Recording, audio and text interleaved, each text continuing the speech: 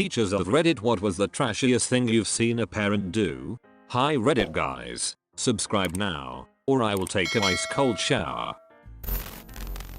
Work at a school where over 80% of our population lives under the poverty line. I keep a cabinet full of hygiene products for kids to take. Deodorant, lotion, chapstick, hair gel, feminine hygiene products, shampoo, conditioner, those kinds of things in travel sizes. Being a teen is hard enough without having to cope with hygiene problems due to lack of funds at home.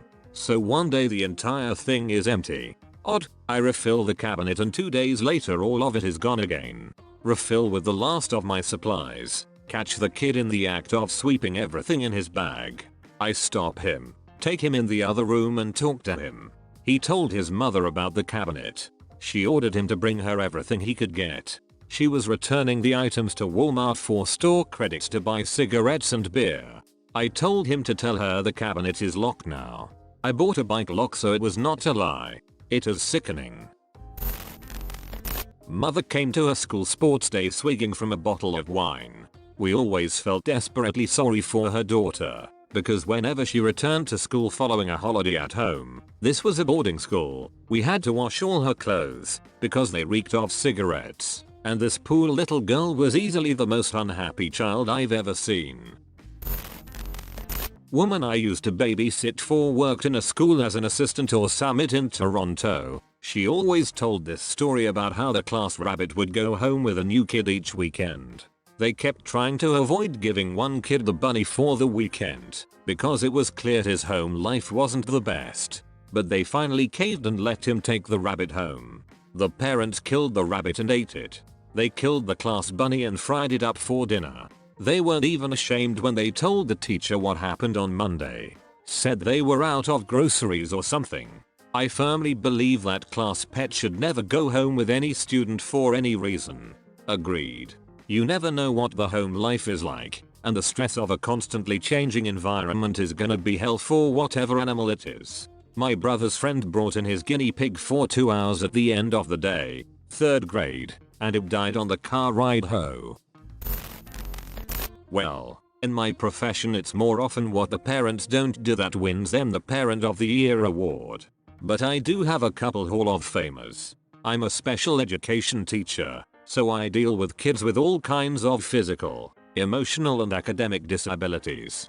I took care of a little girl once who had a number of complications due to spina bifida. Her mother couldn't be bothered to take care of her. The little girl wore diapers and was cathed. She required 3-5 diaper changes a day. Mum would only send 5 diapers a week. The thing is, she was getting full services from her community, so she was being provided with plenty of supplies. We suspect Mum was probably selling the extras. I ended up just buying her diapers. Mum would not change her catheter regularly. We would change her out at school, but other than that she'd go another 24 hours before a change out. Longer, if it was a weekend. The smell from the infection she'd get after a weekend was horrendous. She had lice constantly, and oozing bed bug sores. Mum told us to F off when we'd call and tell her to take her to a doctor. Found out later in the year that she also had scabies. We offered to administer the medications and creams at school. Mum told us to go to hell. Girl would come to school in men's underwear, XXL shirts and size 16 pants. She was 8. Finally discovered that her 9-year-old sister was changing her diapers and dressing her every day, and sister couldn't find any other cleanish clothes to put on her. Mom's response: I'm busy. I have to get to work in the mornings. Final straw was when the nurse discovered what appeared to be STD warts while changing her diaper one day. Nursemaid, for the 10th time, another CPS report, but principal insisted that we call home and report our findings. Grandma found out, tipped off Mum, and Mum appeared at the school 15 minutes later, snatched up the kids and disappeared. Investigators showed up 15 minutes later, but Mum was already long gone. Never saw the kids again. Your principal is a complete frickwit. Call CPS. Call the police. When one or the other shows up, then you call Mum to tell her what you found and that you'd like her to come in for a chat. Staff raised money to get an 8-year-old girl a winter coat. Live in rural Canada. Girl came to school the next day in a t-shirt in the dead of winter. Her mum wearing the brand new, child-sized jacket. The cafeteria, which is used for parent meetings, has tables with fixed bench seating.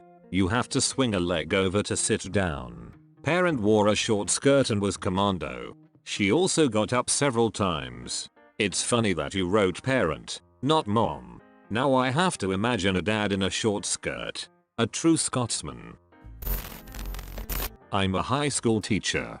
One time a parent of a child who had been going back and forth with another child on social media came to the school to confront the other girl. The mum ended up bursting into my classroom to try to fight one of my 9th grade girls, sending us into a lockdown until the woman was removed by the police.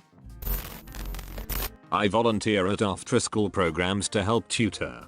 I had a student earlier this year. Good kid. Loves math. Loves computers. Wants to be a programmer when he grows up. He's really struggling in 7th grade because he has no computer at home. We have to do his online assignments at the program, but we only meet twice a week.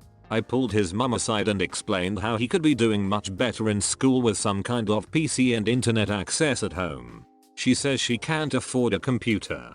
I tell her that for $200 I could piece all the parts together myself for a fully functional setup that would be sufficient for at least the next few years. I'd even build it with him so he could learn some extremely valuable information. I'd even front her half, but she'd have to pay me back.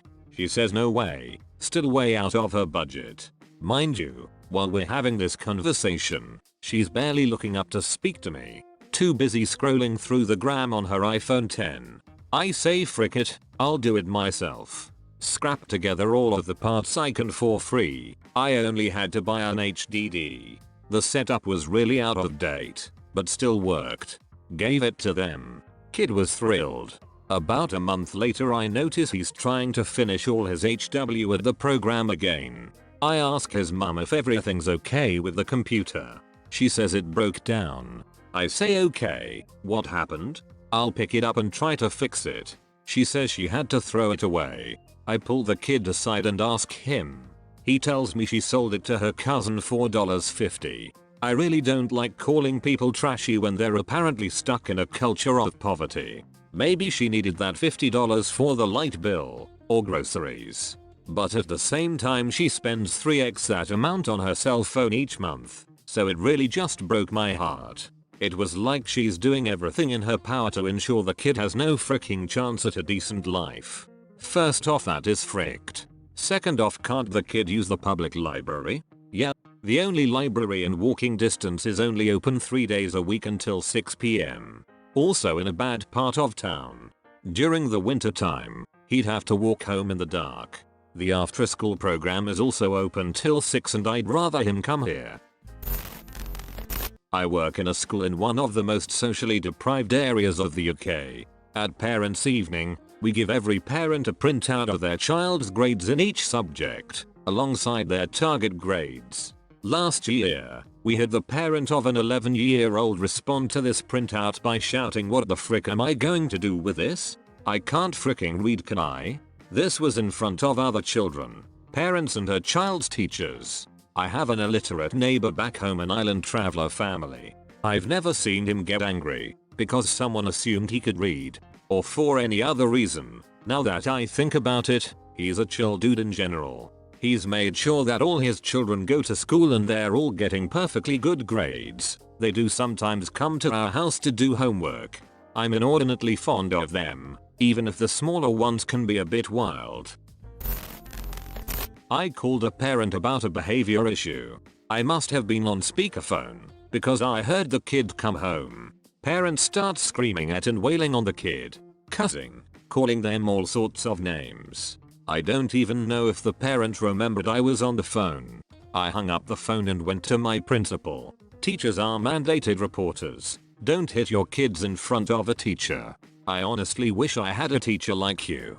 I was abused my entire life by my parents, and was even slapped by my father when I was younger in front of a teacher and they didn't care. I also remember telling 2 different teachers about me being abused and they didn't listen or care, which all made me believe what I was going through was normal. Not a teacher, but a college administrator. Parents will call in very frequently when there is an issue with their student's living situation. If they're an ALA, frequent, I quote FERPA to them. Best example, I had to bill a student for around $600 in damages to their room at the end of the year. Mum called me pissed off about this, because they had tried to repair the damages, poorly. She ended up yelling about this over the phone, and I reminded her that her son was 22 years old and that I could only talk with him about this. Kid calls me back the next day and apologizes for his mum being a bitch to me and asks if I'm able to just bullet his mum when she calls back. It's a weird line of work. My mum is a middle school teacher. Just about every day, some parent doesn't come pick up their kids because they literally forgot about them or were passed out drunk, on drugs. Then the poor child gets sent to daycare, which is not free. Then the parents complain about the charge. My mum has had to bring random kids home before who barely know the way home. It's really sad. I am a teacher. We are not allowed to put kids in our cars and take them home. There are legal reasons at play there, but I often wonder how many parents would take advantage of us and have us driving their kids home all the time. Okay Reddit guys, subscribe now, or I will take an ice cold shower.